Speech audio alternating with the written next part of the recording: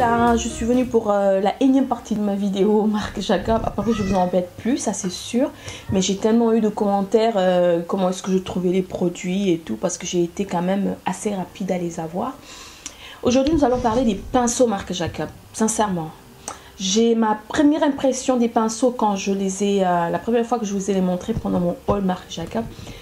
Je me disais que ces pinceaux-là, ça se voyait que c'était de bons pinceaux. Et sincèrement, je ne me suis pas trompée du tout. Ce sont de super beaux pinceaux. Et ce sont de super bons pinceaux. Ils sont beaux et ils sont beaux. Voilà. Ils se présentent comme ça. Moi, j'en ai pris deux. Tant avec la Beauty Blender, là, mes pinceaux me manquaient. Le pinceau me manquait pour faire mon teint. Et j'ai pris celui-là qui est le Face 2. Pour moi, c'est le meilleur pinceau fond de teint que j'ai eu à tester.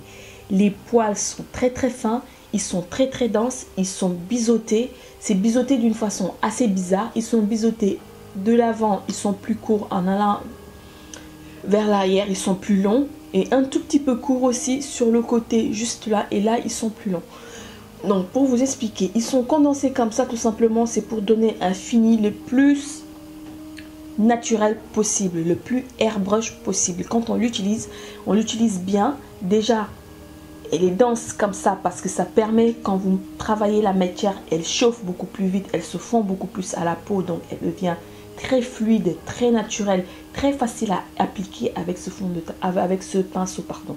Voilà, le pinceau se présente comme ça. Par contre, ce ne sont pas des pinceaux à trimballer partout, ça je vous le dis tout de suite, parce qu'ils sont assez grands. Bon, après, si vous êtes comme moi et que ça vous dérange pas du tout de voyager avec une trousse de maquillage grosse comme ça, c'est sûr que vous pouvez l'avoir, mais faites attention de ne pas abîmer la forme du pinceau, la forme des poils. Voilà.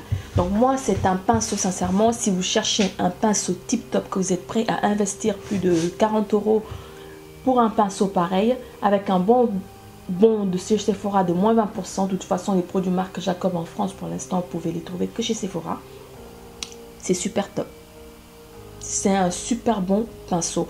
Il épouse bien toutes les parties, les coins et recoins du visage. Il est facile à travailler, facile à laver. Il ne perd pas ses poils et au premier lavage et au deuxième lavage. J'ai jamais perdu un seul poil depuis que je les ai eus. Et pourtant, je les ai lavés parce que je les ai utilisés plusieurs fois. Je les ai lavés.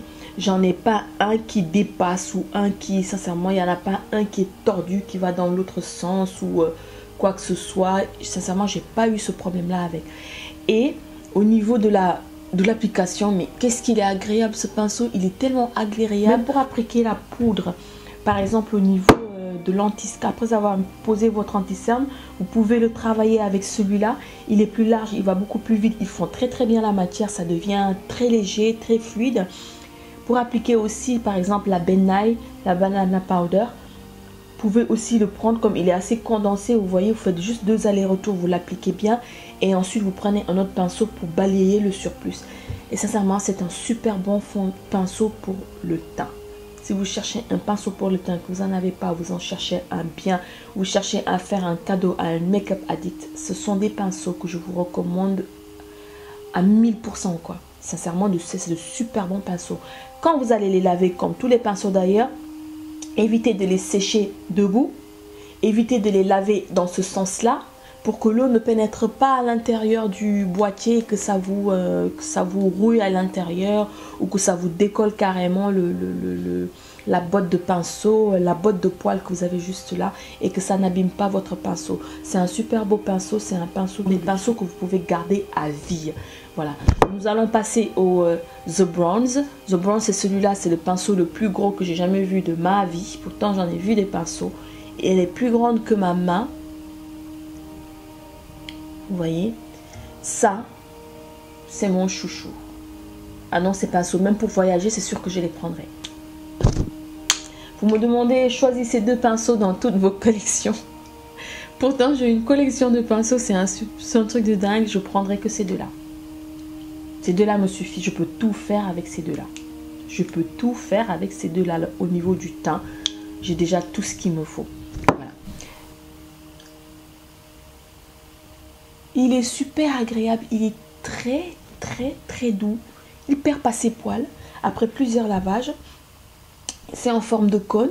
Les poils se rejoignent tout vers le haut, donc ça vous forme une toute petite pointe si vous avez envie d'aller dans le coin de votre œil, de votre nez. Et si vous avez envie de faire votre menton, les petites zones, vous voyez, il suffit juste de le tourner comme ça. Vous voyez, la poudre. Après, pour appliquer le fond de teint avec, je ne vous le conseille pas. Comme il est assez dense, il est assez touffu, ses poils sont un tout petit peu différents au niveau de la coupe par rapport à l'autre. Ça va vous bouffer votre produit, ça ne sert à rien. Donc, je vous conseille plutôt de prendre ça pour la poudre. Pour tout ce qui est poudre, vous pouvez l'utiliser. Pour le blush, je trouve quand même qu'il est un peu gros. À moins que vous mettez le blush sur la moitié de votre visage. Il est un peu gros. Mais c'est bon aussi après avoir fini votre blush, après avoir mis votre highlighter et tout. Et si vous appliquez votre poudre de finition, je trouve qu'il est super bien parce qu'il va vraiment être homogène. Ça va être facile à appliquer. Ça va vraiment fondre le tout, tous les produits entre elles. Il n'y aura pas de démarcation. Il estompe super bien du visage parce qu'il est tellement doux. Il fond les produits et sincèrement, c'est un super bon pinceau. Ça, ce sont mes deux pinceaux. I can live without them. Impossible. C'est voilà, c'est un truc voilà, c'est pour moi, ce sont les pour moi, ça sont des pinceaux must have. Vous êtes une addict de pinceaux ou vous n'avez pas de pinceau encore, que vous avez parmi tous les pinceaux que vous avez, oui, ils sont bof, mais je cherche deux bons pinceaux pour vraiment le teint, deux bons pinceaux dont je ne pourrais pas me passer.